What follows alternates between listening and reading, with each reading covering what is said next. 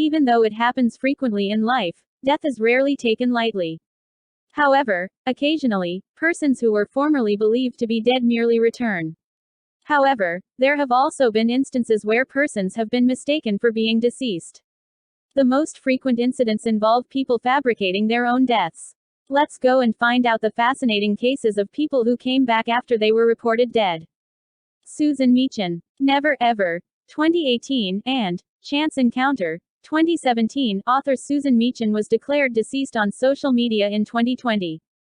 The news that Meachen had committed suicide was posted on her Facebook profile by a person posing as her daughter stunned and upset her close-knit network of online followers and other writers. They were horrified again, though, when Meachen posted on Facebook in January 2022 that she had staged her own demise. The message stated, "Let the fun begin. There will be tons of questions." Furious friends and admirers struggled to comprehend the situation. Meachen allegedly faked her death online so that she could take a break from writing and focus on improving her mental health. The several persons who claimed to have organized fundraisers and sent money to Meachen's family for funeral expenses were unsatisfied with the explanation. Arkady Babchenko. The Russian journalist was believed to have been shot and died in his own flat in May 2018. He had been residing in Ukraine out of fear of reprisals for criticizing the Kremlin.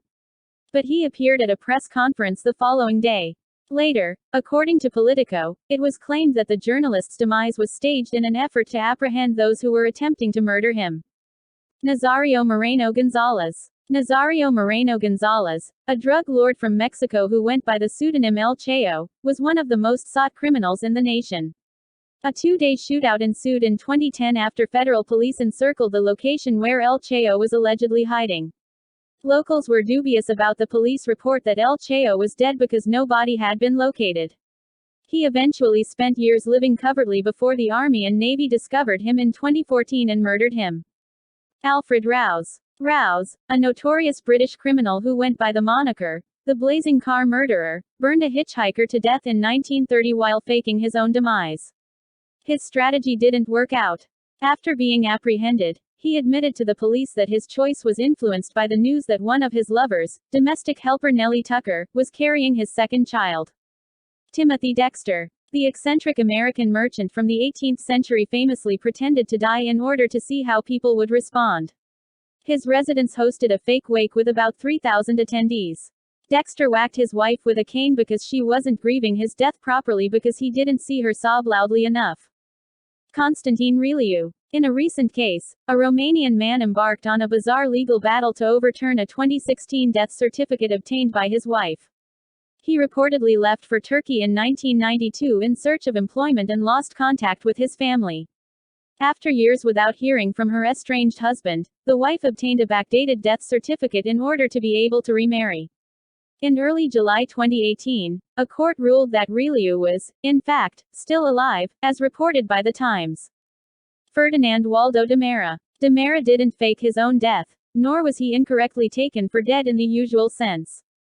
Known as the Great Imposter, Demara impersonated different people, from monks to surgeons and prison wardens. Then he would disappear or die, and return as someone else. His tremendous life inspired the 1961 film, The Great Imposter, starring Tony Curtis as Demara. Ken Kesey. The American novelist best known for his book, One Flew Over the Cuckoo's Nest, 1962, faked his own death in 1965 after being arrested for possession of marijuana. His plan consisted of asking friends to leave his truck on a cliffside road along with an elaborate note suggesting he had taken his own. Kesey fled to Mexico, but ended up returning to the U.S. 8 months later and was sentenced to 6 months in jail. Jack de Garis. In 1925, the Australian entrepreneur and aviator, who faced mounting debts, faked his own death by drowning, but not before writing nearly 70 farewell letters. However, suspicion arose that he was alive and a search was conducted. He was found 8 days later in Auckland, New Zealand. As his debts continued to pile up, he ultimately killed himself the following year. John Darwin. The British former teacher and prison officer was declared dead following a canoeing accident in 2002, but was found to be alive and well 5 years later. He and his wife devised the plan together to collect life insurance, which would allow them to pay off their mortgage. Both were charged with fraud. Chandra Mohan Sharma. An Indian social activist and an early member of the 2011 anti-corruption movement, Sharma killed a homeless man in order to fake his own death. In 2014, Sharma, with the help of his brother, used a belt to strangle the homeless man. His motivation was his wish to leave his wife and start a new life with his 25-year-old girlfriend. He fled to Bangalore, India, where he was caught a few months later. Vince McMahon, the chairman and CEO of the WWE, appeared in a 2007 segment in which he was featured entering a limousine moments before it exploded. Way.com reported that McMahon was presumed dead. McMahon later admitted on the show that he faked his death to see what people thought of him. John Stonehouse, the British politician, who served as a junior minister, is best remembered for faking his own death in 1974. He left a pile of clothes on a beach in Miami to give the impression that he had drowned or had been attacked by a shark. He was presumed dead when he was, in reality, on his way to Australia to start a new life with his mistress and secretary. His plan was short-lived, and he was arrested a month later. Georgy Gruzinsky, the Russian nobleman and influential landowner and official, was found guilty of cruel treatment of his peasants in the late 1700s. What did he do to evade court? That's right. He faked his own death.